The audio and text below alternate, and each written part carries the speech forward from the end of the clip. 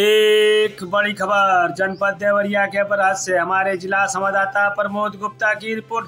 पीपा पुल के निरीक्षण में अधूरा कार्य देख भड़की डीएम, दी चेतावनी। 3 दिन में कार्य पूर्ण न करने पर दिए सख्त निर्देश। उक्त के संदर्भ में जिलाधिकारी देवरिया श्रीमती दिव्या मित्तल ने बताया कि पोर्टलैंड भी जाती है, जहाँ पे जेसीबी नहीं जा सकती वहाँ पे एक्स्ट्रा पोर्टलैंड जाएगी। मैं कह रही हूँ तुम्हारे को क्या परेशानी है भाई?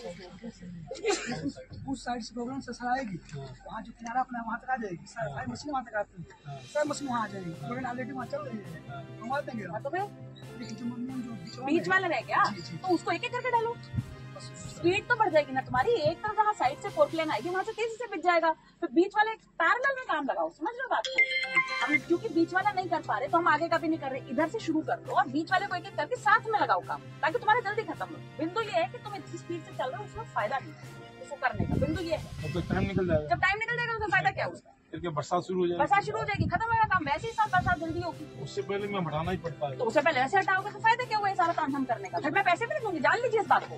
अगर पेमेंट कुछ नहीं होगा किसी तरीके हाँ इसको करा दो। पीपा का पुल हमारा अभी तक चालू हो जाना चाहिए था, परंतु कुछ टेक्निकल डिफिकल्टीज आने की वजह से, कुछ नदी में जो पानी के स्तर को की समस्या की वजह से अभी तक नहीं हो पाया। परंतु अभी मैंने निरीक्षण किया और हमने टेक्निकल एक सोल्यूशन खोजने का प्रयास किया। मुझे उम्मीद है कि 2-3 दिन में कुछ यहाँ पे कार्रवाई करके हम लोग आवागमन के लायक इसको बना देंगे। मोहन सेतु के बारे में कुछ बताइए। देखिए, मोहन सेतु में ये हुआ था कि जो ये नदी हमारी है वो थोड़ी सी शिफ्ट हो गई थी, जिसकी वजह से जो ओरिजिनल एस्टिमेट था उसके हिसाब से कार्य करने से जो उसका अप्रोच है वो पानी में गिर रहा था, और सेतु निगम और पीडब्ल्यूडी के बीच में समन्वय नहीं होने की वजह से ये कार्य आगे नहीं बढ़ पाया। परंतु अब हमने उनका समन्वय करा के पहला स्टेप ये आया कि एक मॉडल स्टडी करानी पड़ेगी IIT से कि किस प्रकार से इसकी संरचना चेंज हो पुल की, जिससे ये ठीक से बन सके। तो उसका पैसा पारित कराकर वो मॉडल स्टडी का कार्य अब हो चुका है। उसकी रिपोर्ट आते ही एक एस्टिमेट शासन को प्रेषित किया जाएगा, जो रिवाइज एस्टिमेट होगा, और उसके बाद धन आने के बाद बहुत जल्दी युद्ध स्तर पे कार्य करके इस पुल को पूरा करा दिया जाएगा। कब तक जो है उम्मीद है कार्य शुरू होने की? देखिए, अभी तो एस्टिमेट पहले बनेगा। एस्टिमेट का कार्य तो अभी हमारे द्वारा जैसे ही IIT की रिपोर्ट आएगी उसके 2-3 दिन के अंदर हम लोग एस्टिमेट बना करके भेज देंगे।